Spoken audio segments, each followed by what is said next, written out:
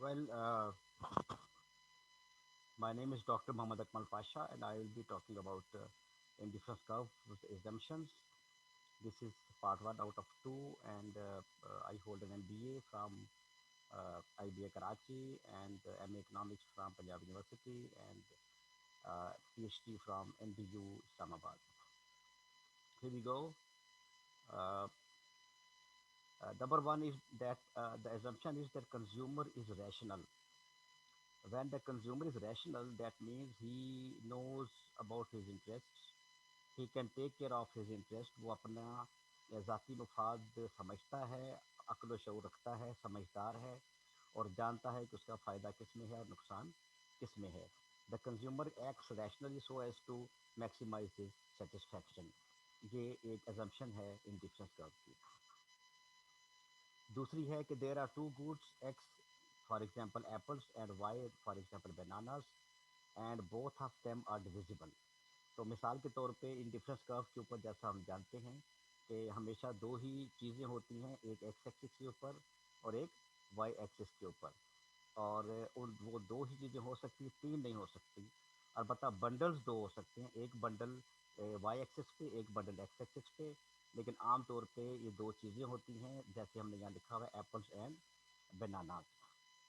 अच्छा, अगली अजम्पशन ये है कि both of them are divisible. दोनों चीज़ें हैं, एप्पल्स भी और वाई भी और बनानास भी, वो डिविजिबल है, यानी कि वो तकसीम हो सकती हैं.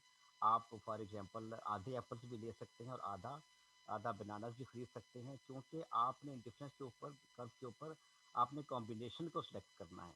अब उस कॉम्बिनेशन में आधा एप्पल भी आ सकता है, पूरा एप्पल भी आ सकता है, और आधा बनाना भी, पूरा बनाना भी, या 12 बनाना और एक एप्पल, और या 12 एप्पल और एक बनाना.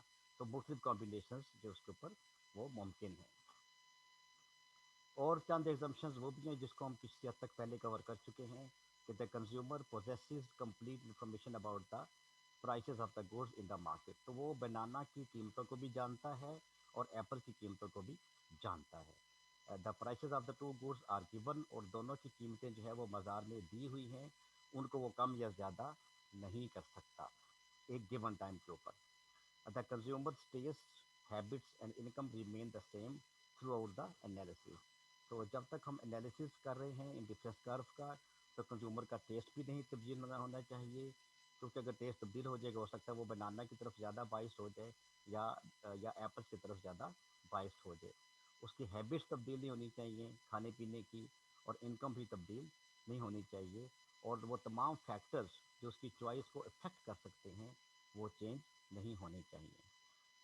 और छठी अजम्पशन है कि he prefers more of X to less of Y, or और more of Y to less of X. जाहिर सी बात है, जब वो डिफरेंस कर्व के ऊपर ट्रैवल करेगा तो कुछ ना कुछ तो छोड़ेगा. अगर वो एक्स ज़्यादा चाहेगा तो वाई को कम करेगा, अगर वाई ज़्यादा चाहेगा तो एक्स को क्वांटिटी को उसको कम करना पड़ेगा. That's it. हमने छह assumptions डिस्कस कर ली हैं. इसके बाद के assumptions हम दूसरे पार्ट में डिस्कस करेंगे.